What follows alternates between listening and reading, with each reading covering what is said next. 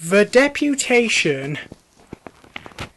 He'll send us away for sure, Donald. I'm thinking you're right there, Dougie. The looks I been again us. An engine disna ken what to do for the best. Snow came early that year. It was heavier than usual. It stayed too and choked the lines. Most engines hate snow. Donald and Douglas were used to it. They knew what to do. Their driver spoke to the inspector, and they were soon coupled back to back with a van between their tenders. Then, each with a snowplough on their fronts, and they set to work.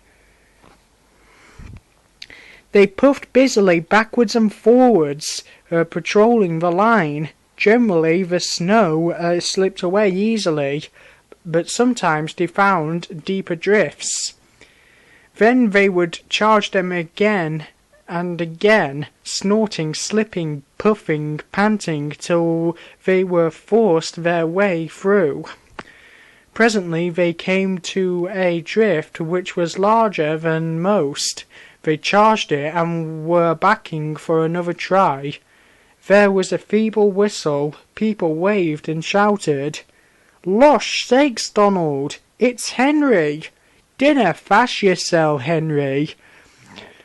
Bidder we'll help you out." The Fat Controller was returning soon. The twins were glum. "He'll send us back for sure," they said. "It's a shame," sympathised Percy.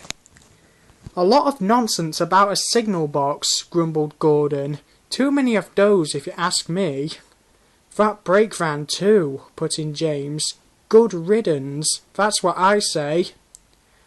"They were splendid in the snow," added Henry. "It wasn't fair."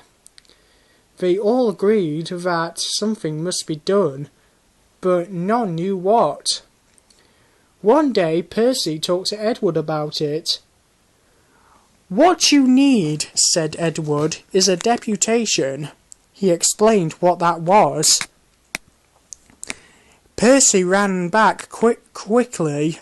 "Edward says we need a deputation," he told the others. "Of course," said Gordon. "The question is, what is a desperation?" asked Henry. "It's when engines tell the Fat Controller something's wrong and ask him to put it right." "Did you say tell the Fat Controller?" asked Duck thoughtfully. There was a long silence. "I propose," said Gordon at last, "that Percy be our, disputation." "Hi!" squeaked Percy. "I can't." "Rubbish, Percy," said Henry. "It's easy." "That's settled then," said Gordon. Poor Percy wished it wasn't. "Hello, Percy. It's nice to be back." Percy jumped. Some trucks went flying. Yes, sir. Please, sir. You look nervous, Percy. What's the matter?" "Please, sir, they've made me a desperation, sir, to speak to you, sir. I don't like it, sir." The Fat Controller pondered. "Do you mean a deputation, Percy?" he asked. "Yes, sir, please, sir, it's Donald and Douglas, sir. They say, sir, that if you send them away, sir, they'll be turned into scrap, sir. That would be dreadful, sir. Please, sir, don't send them away, sir. They're nice engines, sir." "Thank you, Percy. That will do." He walked away. "I had a deputation yesterday," said the Fat Controller. "I understand your feelings, but I do not approve of interference." He paused impressively. "Donald and Douglas, I hear that your work in the snow was good. What colour paints would you like?" The twins were surprised. "Blue, sir, please." "Very well, but your names will be painted on you." we'll have no more mistakes. Thank you, sir. Does this mean that the both of us? The Fat Controller smiled. It means...